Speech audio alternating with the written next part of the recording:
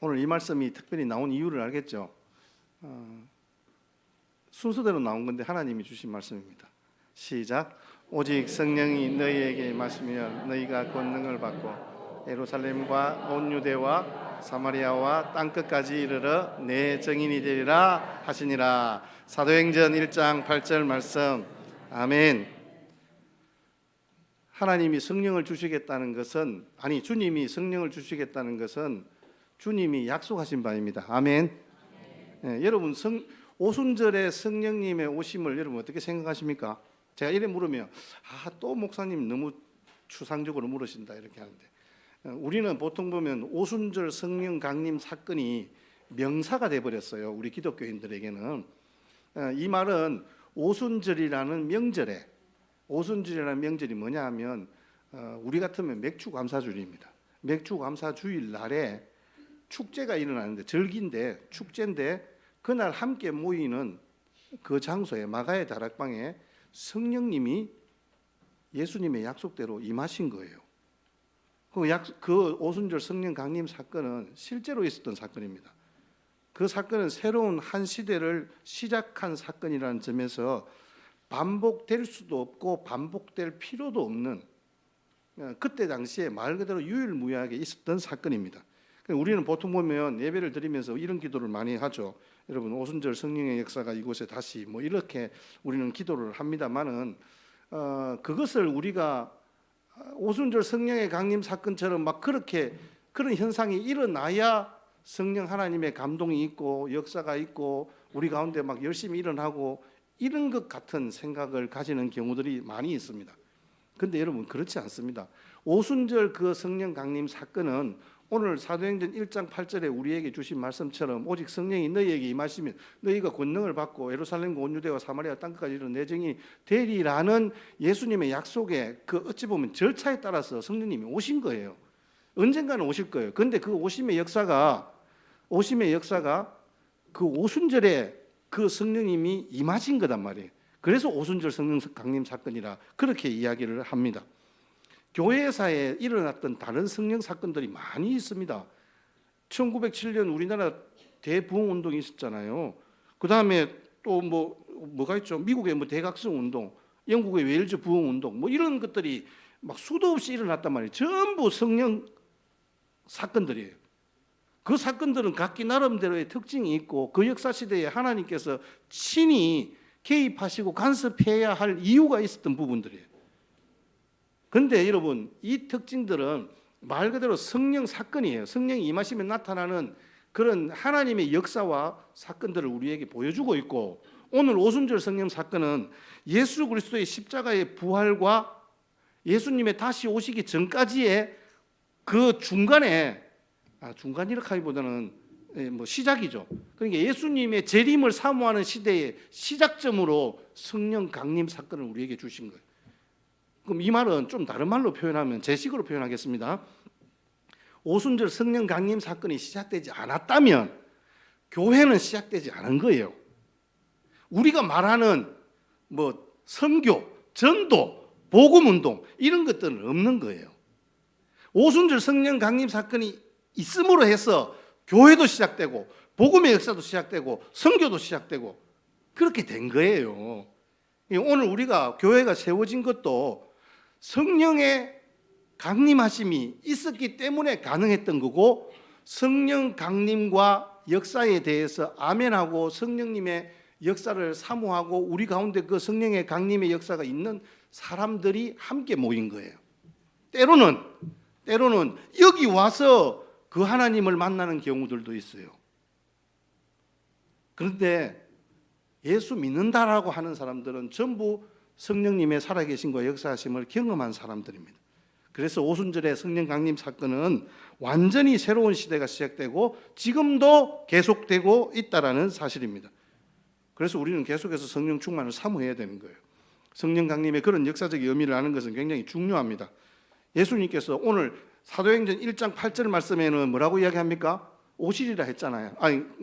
너에게 임하시면 이렇게 가정을 해서 말씀드렸잖아요. 11절에, 그 뒤에 11절은 하늘로 가심을 본 그대로 오시리라. 예수님이 다시 오시는 그 시간, 성령님을 주실 것이다, 성령이 오시고 성령님이 오심으로 말미암아 예수님이 다시 오시는 그날까지 계속해서 성령님이 우리와 함께 하심으로 예수님을 기다리는 거예요.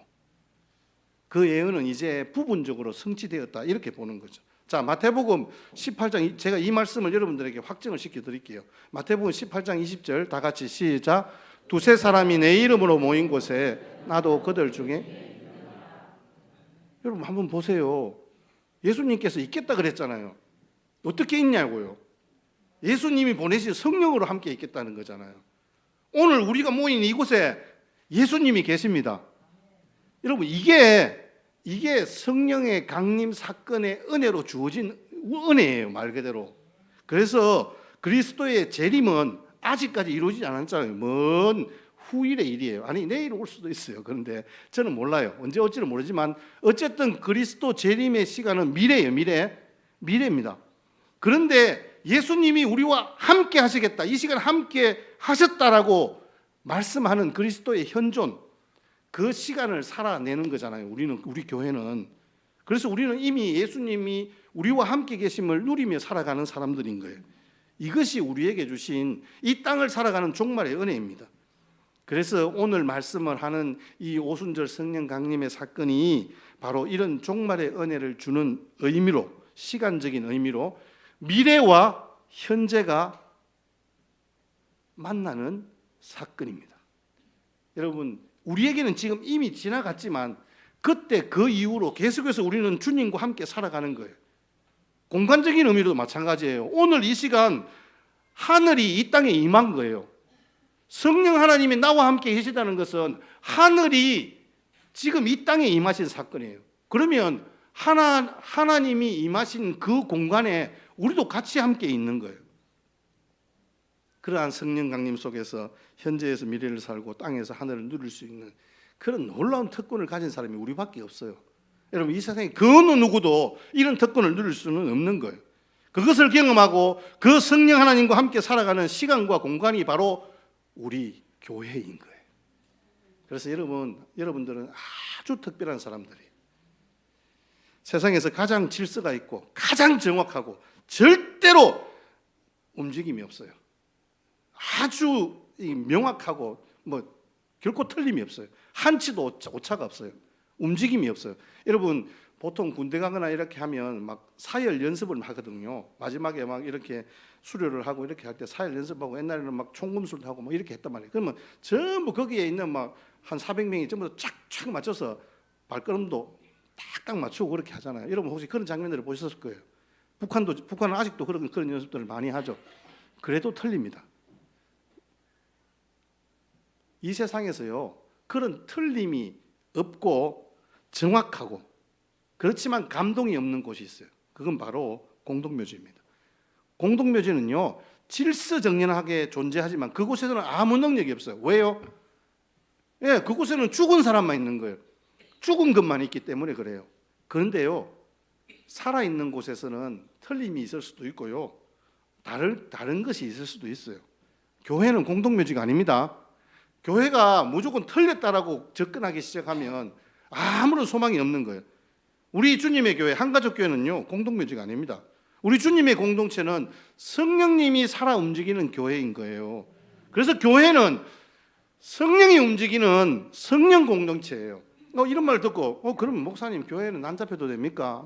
교회는 막 좀 질서가 있고 해야 되지 않습니까? 그렇게 맞습니다. 질서가 있어야 됩니다. 질서가 없는 이유가 뭘까요? 질서가 없는 이유는 우리의 감정과 생각과 경험대로 하기 때문에 그렇습니다. 성령 하나님이 움직이시는 성령 공동체가 우리 교회들이 그렇게 함께 모여서 무엇인가를 해보자고 모인 그런 어떤 모임이나 단체가 아닙니다. 교회는 성령님이 무엇을 원하시고 이루어 가시는가 성령님이 움직이시는. 그래서 우리 기독교는요 사람들이 행한 일에 대한 결과로 이 종교가 생긴 게 아닙니다. 우리 기독교는 하나님의 행적으로 생겨난 공동체입니다. 그래서 저희 목사님들이 좀 이렇게 말씀을 공부하신 분들이 그런 이름을 붙여요. 사도행전적 공동체, 사도행전적인 교회라고 이야기합니다. 사도행전이 뭡니까? 사도들이 행한 기록이잖아요. 근데 사도들이 뭐 보고 행했어요? 성령 하나님의 임하심을 보고 경험하고 그 역사 가운데서 성령 하나님의 음성을 듣고 그대로 행한 거예요. 오늘 말씀을 한번 볼까요? 오늘 2절부터 4절까지 세번역 성경을 이렇게 이야기했어요. 오늘 성령이 임하셨을 때 일어난 현상입니다. 자, 2절, 4절 혹시 보여주십시오. 시작. 호련히 하늘로부터 집을 가득 채웠습니다. 그리고 불같은 계속 띄워주십시오.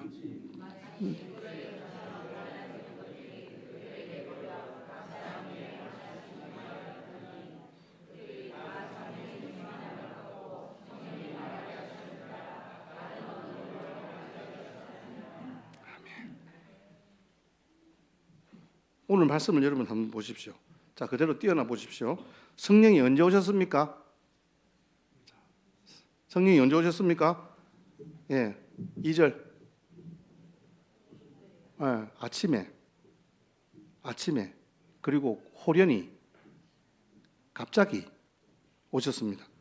성령이 어떻게 오셨습니까? 급한 강한 바람같이 또 불의 혀같이. 예. 그들이 있던 집에 바람같이 훅 들어오시는데 그곳을 가득 채웠다는 거예요. 바람은 지나가는 거잖아요. 근데 이 바람은 좀 이상해요. 그곳을 가득 채웠어요.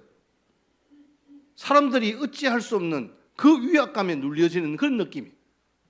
그리고 불이 있는데 그 불은 불의 혀같이 임하는 거예요. 불이 하늘에서 푹 떨어진 게 아니고 불의 혀같이 어떻게 임했다고요? 각 사람의 위에 하나씩 임했다라고 말씀하고 있습니다. 성령 하나님은 누구에게나 어디에서나 각 사람에게 역사하시고 임하시는 전지전능하신 하나님이십니다. 그래서 성령님의 역사는요, 우리 교회 공동체를 우리 보통 그럼 우리 교회 위에 아닙니다. 우리 교회를 각 사람으로 보시는 거예요. 하나님은 동일하게 우리 각자는 또한 그 속에서 하나님을 만나는 경험을 하게 되는 거예요. 그래서 성령님은 바람처럼 불처럼 임하신다는 거예요. 그래서 제가 제목을 그냥 바람처럼 불처럼 이렇게 제목을 정했습니다. 여러분, 성령이 움직이는 교회에는요 3가지 특징이 있어요. 오늘은 이것만 해도 아마 시간이 다 될 것 같아요. 자, 첫 번째, 자, 오늘 성령이 임하시는 특징이 뭐라고 했습니까? 첫 번째, 급하고 바람 같은 소리가 났다. 급하고 바람 같은 소리가 났다는 것입니다. 바람이 뭐예요? 바람의 뜻은 원래 호흡을 불어넣는다 이런 뜻입니다. 생기를 불어넣는다 이런 뜻입니다. 바람은 움직이는 겁니다. 바람 같은 소리는 영입니다. 성령의 임재를 나타내는 말이죠. 성경은 보통 바람을 이야기할 때 하나님의 임재를 나타납니다. 우리 이 땅에 나타나는 현상들도 마찬가지잖아요. 바람이 강하게 불면 나무의 뿌리가 뽑히는 그런 무서운 저력을 보여주기도 하고 그렇습니다. 성령님은 이와 같은 바람 같은 존재라는 것입니다.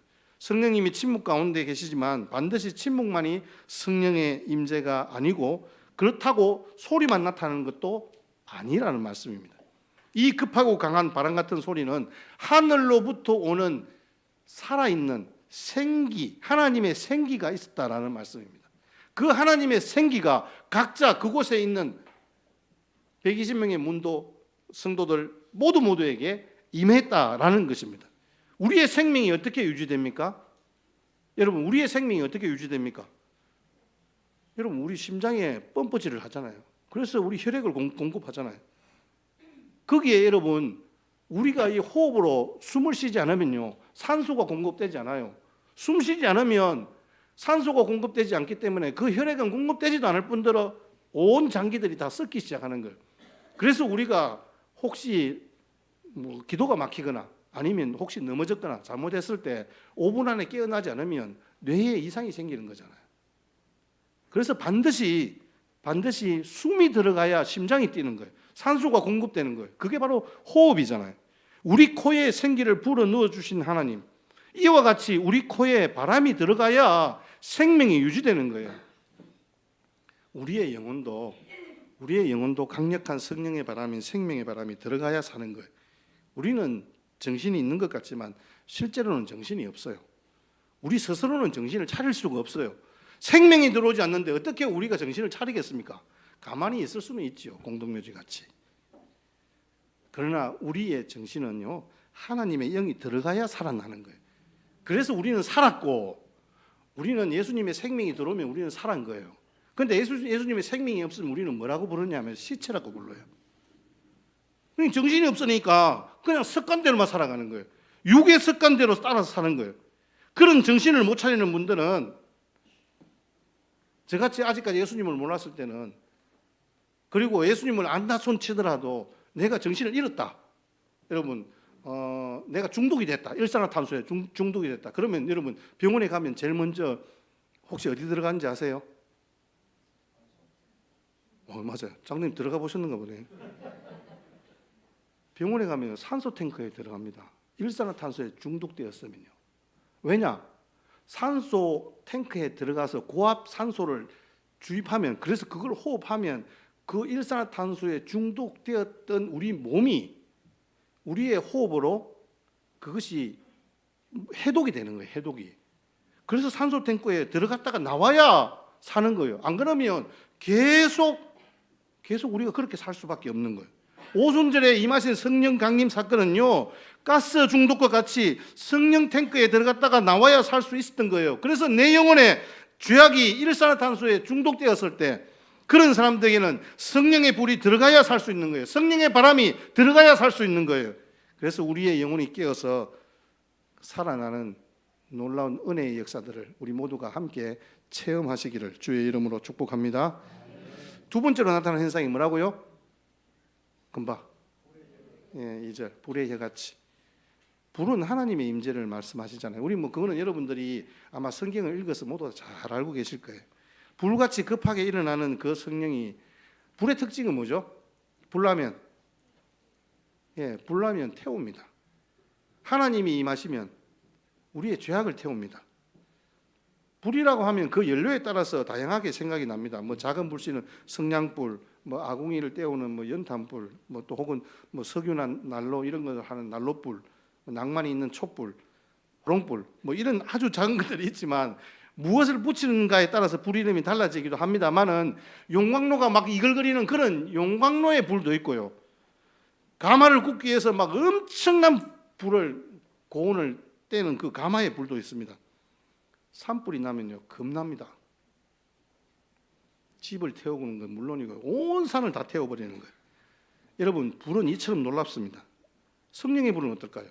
우리의 모든 변화와 능력의 역사의 근원이 바로 이 성령의 불인 거예요. 그래서 성령의 불 받아라 이런 단어들이 나오는 거예요. 그런 문장들이 나오는 거예요. 그런 말 들으면 괜히 좀 우리가 터부시되고 거부되는 그런 반응들이 우리 가운데 있잖아요. 우리는 꼭 그렇게 설치고 날뛰어야 되냐 이런 식으로 반응을 합니다. 그런데 여러분 성령의 불이 임하지 않고서는요 결코 우리의 죄악의 문제가 해결되지 않는 거예요. 제가 계속 말씀드리지만 성령의 불로서만 우리의 근원적인 변화가 가능하다는 말씀입니다. 모세가 실패해서 광야로 도망을 갔습니다. 거기서 떨기나무를 보았는데 불이 붙었는데 그 불에 타지 않는 거예요. 떨기나무는.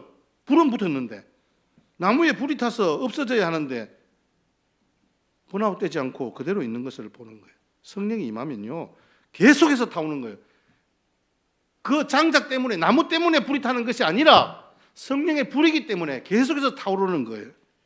그래서 성령의 본질을 이야기할 때 가장 먼저 이야기하는 것이 성령은 영혼 속에서 타오르는, 변하지 않는, 그리고 수그러들지 않는, 사라지지 않는 사랑의 불이라는 거예요. 사랑의 불. 그 하나님을 향한 사랑의 불이 우리의 삶을 변화시키고 역사를 변화시키고 우리 개인을 변화시키는 거예요. 지난 주간에 이제 김해 우리 그 동행이라는 우리 요즘 프로그램을 제가 우리 지역 사회에 같이 함께 도입하고 또 매니저 교육도 하고 그렇게 하는데요. 김해 시청 복지과 팀하고 우리 진영의 복지팀 팀장하고 만나서 이런저런 이야기를 했었어요. 그래 했는데 막 자기들한테 부담을 줄까 봐서 항상 그분들은 좀 이렇게 일단은 1차로 밀어내고 봐요. 그래서 내가 당신들한테 도와달라고 하는 것이 아니라 이 지역 사회에서 좀 더 우리 어르신들을 잘 섬길 수 있는 방법이 뭔가를 좀 그렇게 같이 한번 생각해 보자. 그래서 내가 한 불렀다 이래 이야기를 한 거예요. 그러니까 그때서 이제 숨을 한번 들이쉬고 안심하고 이제 이야기를 풀어가는 거예요. 그러면서 저들이 하는 이야기가 그런 이야기인 거예요. 이 땅 가운데 한 지역을 자기들이 이제 말 그대로 뭐 섬기고 있는 거잖아요. 일단 공무원이지만은 근데 그것을 보면서 그들의 마음이 어떻게 변하는가를 가만히 지켜보니까 자기들이 계속해서 지켜보고 있는 거예요. 교회는 뭘 하는가, 뭐 지역에 누구는 뭐 어떻게 하는가, 어떤 한 개인을 보더라도 그 사람이 지금 뭐 무슨 일을 하는가 이런 것들을 자기 나름대로는 계속 지켜보고 있는 거예요. 그러면서 대부분 복지를 한다고 하지만 대부분 일시적이고 행사해주고 보여주기식이라는 거죠. 그래서 지속적으로 오랫동안 섬기고 있는 그런 모습을 보니까 목사님이 지역 사회에 참 많이 사람들을 사랑하는 것 같습니다. 그래서 어르신들이 참 좋아하는 것 같습니다. 그래서 그분들의 이야기를 듣고 감동을 받는다 이런 이야기들을 하는 거예요. 그런 마음을 들으면서 제가 굉장히 부끄러웠어요. 왜냐하면 저도 약간 뭐 좀 이렇게 일회성이고 보여주기식으로 하는 경우들도 많이 있거든요. 그래서 야 이제 좀 그러면 안 되겠다. 이런 복음이 지속적으로 전달되기 위해서는 정말 그들을 지속적으로 사랑하는 것이 필요하겠다 이런 생각이 딱 드는 거예요. 그러면서 그러면 어떻게 해야 되지? 이런 고민이 생기는 거예요. 이건 내 열심으로만 되는 것은 아니잖아요. 우리의 온몸과 영혼을 송두리째 반응하는 그런 전 신앙적인 신앙의 단계가 좀 필요한데 성령의 불을 받는 자는요 모든 것을 다 바쳐서 끝까지 죽음도 불사하고 그런 사랑하는 삶을 살아가야 되는 거잖아요. 지난주에 책 한 글귀를 읽었는데요. 18세기 영국의 유명한 부흥사였던 웨슬리 그 올더스게이트의 그 성령 체험 사건을 이야기하는 구절들이 있었거든요. 거기에 이런 이야기가 나옵니다. 이 웨슬리는 선교사로서 실패한 경험 이후에 어느 날 갑자기 하나님께 대한 사랑으로 마음이 뜨거워지는 걸 느끼면서 예수 그리스도께서 진정한 자신의 주님이 되시고 그분이 자신의 모든 죄악을 가져가신 것을 명확히 깨닫게 되었습니다. 자신의 영혼이 온전히 주님만을 사랑할 수 있게 되었다는 것을 깨달았던 것이지요. 이러면서 이 성령 체험을 온전한 사랑이라고 부르기를 주저하지 않았다. 그렇게 책은 기록하고 무슨 말이냐면 성령 체험을 하고 나는데 그 성령 체험이 이퀄 뭐냐? 온전한 사랑이라는 거예요. 지속적인 사랑이라는 거예요. 그래서 우리 삶 가운데 예수 그리스도를 믿는다, 기독교인이다 라고 이야기를 하면서 하나님의 사랑이 우리 가운데서 나타나지 않으면 우리는 말 그대로 야고보서가 이야기하는 것처럼 죽은 믿음인 거예요. 그래서 우리는 우리의 소망이 부끄럽지 않은 이유가 어디에 있습니까? 성령으로 말미암아 하나님의 사랑이 우리 가운데 부음받았다라고 이야기를 하고 있잖아요. 로마서 5장 5절 말씀 우리 같이 한번 사도 바울의 고백을 우리의 고백으로 담아서 같이 함께 올려드리십시다. 시작. 소망이 우리를 부끄럽게 하지 아니함은 우리에게 주신 성령으로 말미암아 하나님의 사랑이 우리 마음에 부은 바 됨이니. 아멘. 이 말씀을 따라서 19세기 그 무디 목사님이 아주 유명한 부흥사였잖아요. 그리고 거기에 함께 섬기는 그런 사역들을 많이 했는데 성령을 충만히 경험할 때 너무나도 압도적인 체험이었기 때문에 자신의 온몸이 부서져 나가는 그런 느낌이었다 이렇게 표현하더라고요. 나는 이런 느낌도 없었는데 이런 생각이 들더라. 그러면서 그분이 하신 것이 뭐냐면 그 영혼 깊은 곳으로부터 하나님을 사랑하는 체험이 있었다 이렇게 고백합니다. 그가 경험한 것은 성령의 불이었다. 자서전에 그렇게 기록하고 있는 거예요. 여러분 하나님의 자비로운 사랑의 체험이 곧 성령의 불의 체험인 거예요.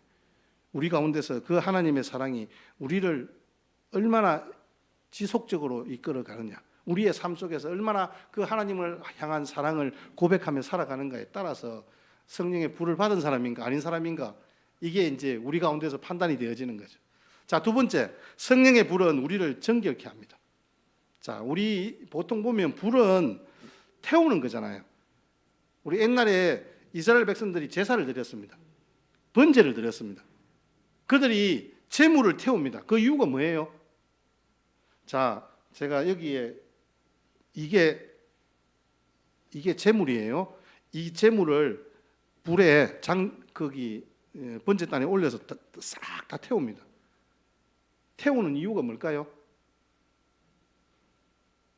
이 번제는, 지금 내 죄를 여기에 다 담은 거예요.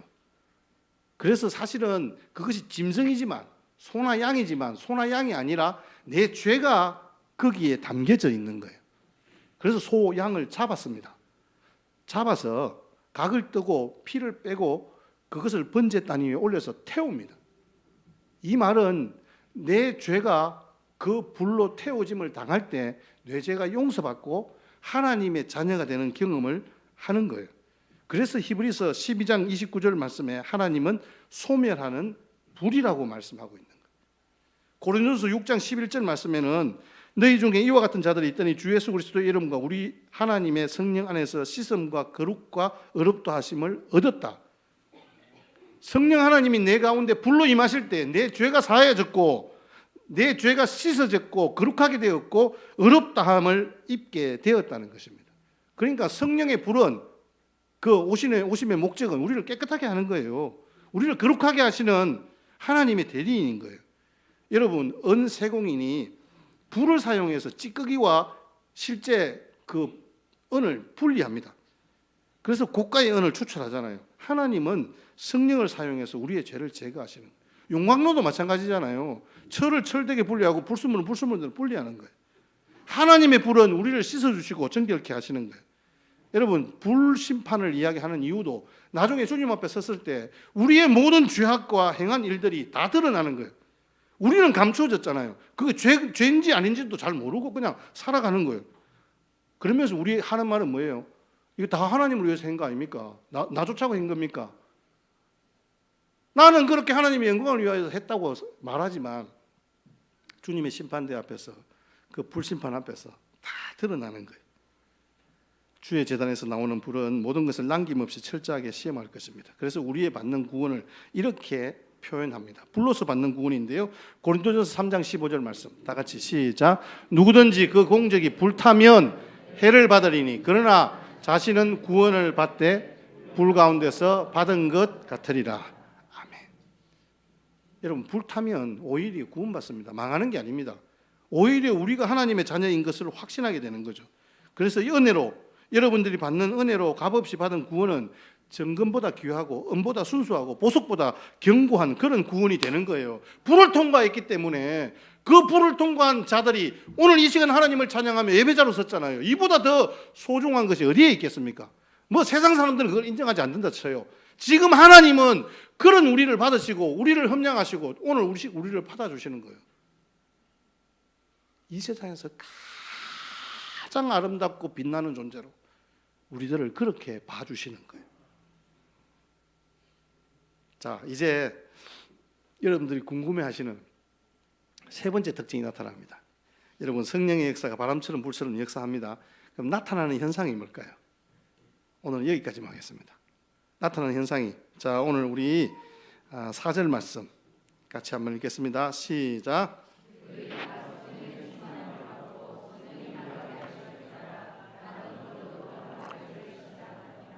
아멘.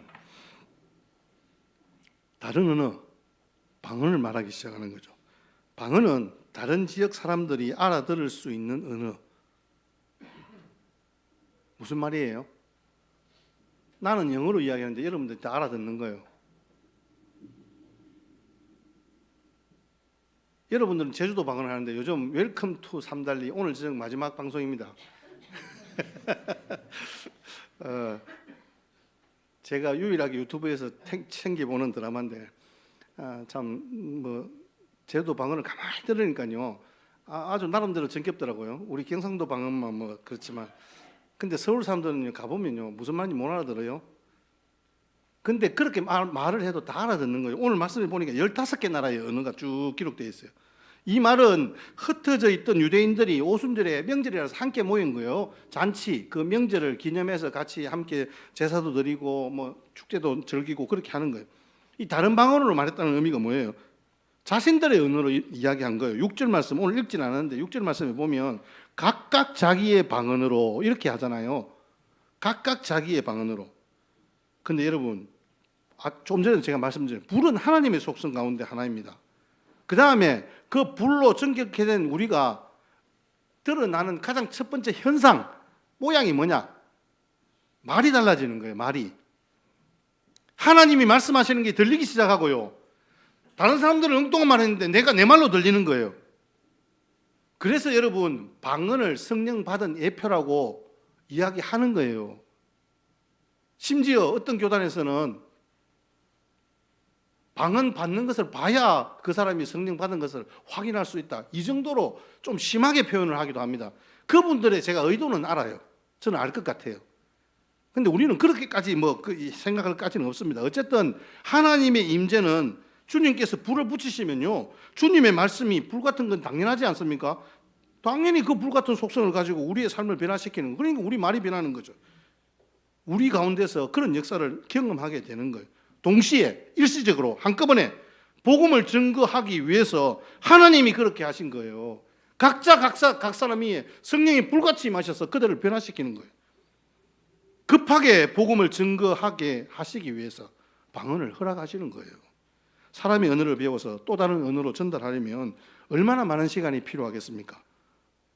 여러분, 우리 선교사님들이 가서 선교를 하는데요, 최소한 2년이 걸려요. 왜? 그곳에 언어를 배워야 되기 때문에. 근데 여러분, 요즘 같은 시대에 그 선교사님들이 특별한 하나님의 역사를 경험하는 일들이 가끔씩 일어나요. 뭐냐? 갔는데요, 3개월 만에 그 언어가 들리기 시작하는 거예요. 그 사람이 특별히 언어의 은사가 있는 분들이 아닌 거예요. 그런데 하나님께서 그렇게 역사하실 때도 있다니까요. 하나님은요, 방언을 허락하신 거예요. 그런 현상은 소리와 함께 하시고 하나님께서 특별히 그 말씀의 소리, 찬양의 소리, 기도의 소리, 우리 가운데서 그것들이 표현되어지는 거예요. 오늘 말씀에 각기 다른 언어로 말하기 시작했다. 자, 에레미야서 23장 29절 말씀. 주님이 불같은 말씀이라고 하시는 이유가 여기에 있습니다. 시작. 주께서 말씀, 여호와의 말씀이니라. 내 말이 불같이 아니하냐? 바위를 쳐서 부서뜨리는 방망이 같지 아니하냐? 성령은 소리와 함께 임하기도 하고 말씀으로 임하십니다.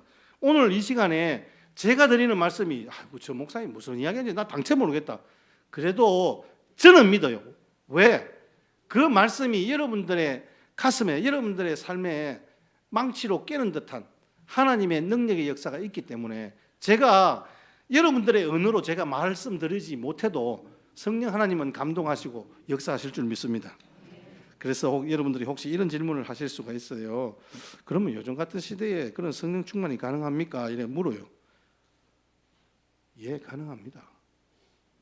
우리가 훌륭한 학자가 되려고 꿈꾼다고 학자가 되는 게 아니지 않습니까? 탁월한 예술가가 되려고 해도 쉽게 될 수 없습니다. 위대한 스포츠 선수를 꿈꾼다고 그리 되기 쉽지 않습니다. 그러나 우리가 꿈꾸는 만큼, 원하는 만큼 될 수 있는 것은요, 주님이 말씀하셨잖아요. 믿는 자 가운데서 모든 것을 할 수 있다라고 말씀하셨잖아요. 뭘 믿는단 말입니까? 성령이 임하시면 되는 거예요. 성령 충만해지면 가능합니다. 우리에게 위대한 셰익스피어의 영이 들어오면 훌륭한 문학가가 될 수 있지 않겠습니까? 베토벤의 영이 들어오면 훌륭한 음악가가 될 수 있지 않겠습니까? 그러나 그런 일이 우리에게 쉽게 이루어지진 않아요. 그런데 셰익스피어를 만들고 베토벤을 만드신 하나님의 역사, 하나님의 영이 우리 가운데 들어오시면, 그 예수님의 영이 우리 가운데 오시면 가능해지는 일이 뭐겠어요? 생명을 살리는 일이잖아요. 처음부터 서두에 말씀드린 것처럼 우리는 연약하지만 놀라운 성령의 능력으로 하나님의 일하심을 경험하게 될 줄 믿습니다. 그것이 가능해지는 것은 하나님이 우리에게 약속한 일이기 때문에 그렇습니다. 오늘도 우리 가운데 성령님 그렇게 역사하시고 우리 한가족교회를 귀하게 사용하여 주실 줄 믿습니다. 세상 어떤 지식으로 예수님을 믿게 할 수는 없습니다. 우리의 경험으로 어떤 유익한 말로 예수님을 믿게 할 수는 없습니다. 예수님 믿는다, 이것은 초자연적인 현상을 믿는 것이고 예수님 당시에 현실의 역사를 받아들이는 것을 믿는 거예요. 아까 뭐라고 했습니까? 미래와 현재를 시간과 공간을 초월해서 살아가고 있는 사람들이 바로 저와 여러분들입니다. 그것은 어떻게 가능하냐? 성령이 임하심으로 가능한 거예요. 성령이 없으면 우리는 공동묘지와 똑같아요. 아니, 그건 좀 너무했고요. 모임이나 단체가 될 수밖에 없어요. 모임이나 단체도 우리 나름대로 살았다고 생각하고 의논하고 결정하고 회비 내고 일을 하고 봉사하고 이렇게 많이 하잖아요, 여러분. 그건 모임과 단체, 그곳에서 할 수 있는 일이에요. 그러나 교회만이 하실 수 있는 일은 성령님이 그곳에 임재한 거예요. 그래서 성령의 역사는 오순절 새벽에 제자들에게 임하신 거예요. 능력으로. 무슨 능력? 생명을 살리는 능력. 사람이 할 수 없는 거예요. 죄를 끊을 수 있는 힘, 육신의 습관을 버릴 수 있는 힘, 두려움을 잊게 하는 힘, 그런 힘이 제자들에게 그때 당시에는 없었다는 거예요. 그런데 다이너마이트 같은 그런 하나님의 역사가 폭발적인 힘이 그 오순절날 그 제자들에게 바람같이 불같이 임하셨다는 말씀입니다. 오늘도 하나님의 그 은혜의 역사들을 경험하고 그 하나님의 큰 일을 증거하는 하나님의 사람들이 다 되시기를 주의 이름으로 축복합니다. 11절 마지막 한 절 딱 읽고 우리 같이 말씀을 정리하겠습니다. 이 제자들이 120명의 사람들이 마가의 다락방에 있었어요. 그 사람들이 성령을 받고 바람처럼 불처럼 임하시는 그 분들이 성령을 받고 한 일이 뭔지를 한번 보세요. 한쪽 구석에 가서 열심히 그냥 방언으로 기도한 게 아니고요. 한번 보세요. 시작. 그레데인과 아라비아인들이라 우리가 다 우리의 각 언어로 하나님의 큰 일을 말함을 듣는도다. 성령이 바람처럼 불처럼 임하시는 그것을 경험하고 나니까 이 사람들이 전부 다 자기가 할 일이 뭘까를 서로 결정하고 말하기 전에 들어보니까 하나님의 큰 일을 말한다. 하나님의 큰 일이 뭐예요? 하나님의 큰 일이 뭘까요? 네, 하나님이 우리를 사랑하신다는 말씀이에요. 하나님이 우리를 새롭게 하신다는 말씀이에요. 하나님이 우리를 구원하시고 새 생명 주시고 이 땅 가운데 하나님의 몸된 교회를 세워가고 하나님 나라가 확장되고 주님의 다시 오심을 준비하는 거룩한 신부들로 죽음도 두려워하지 않는 그런 하나님의 사람으로 우리를 세우신다. 이 일을 막 고백하는 거예요. 자기들이 서로 누가 시키지도 않았는데. 여러분, 우리 교회가 그런 하나님의 큰 일을 증거하며 고백하는 교회로 여러분 일어나시기를 주의 이름으로 축복합니다. 그래서 오늘도 정말 냉랭한 마음을 뜨겁게 해주시는 성령 하나님이 우리 교회 가운데 임하셔서 우리 뜨겁게 사랑하십시다. 우리 원래 표처럼 정말 기도를 해도 우리 좀 뜨겁게 하십시다. 24년도에는 우리 사랑을 해도 우리 뜨겁게 하십시다. 그 24년도에 우리의 신앙생활을 해도 뜨겁게 해야지. 미지근하게 하면 주님은 미지근한 것은 찬 것보다 더 싫어하신대요. 그래서 우리 성령 하나님의 은혜로 그렇게 모두가 변화되고 새롭게 되는 여러분의 가정과 직장과 생업, 우리 모든 그 여러분들의 인생의 걸음 위에 하나님이 함께 하시는 축복의 역사가 있으시기를 주의 이름으로 축원합니다.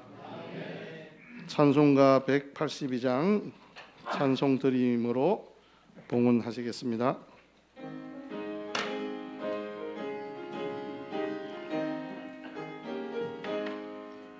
강물과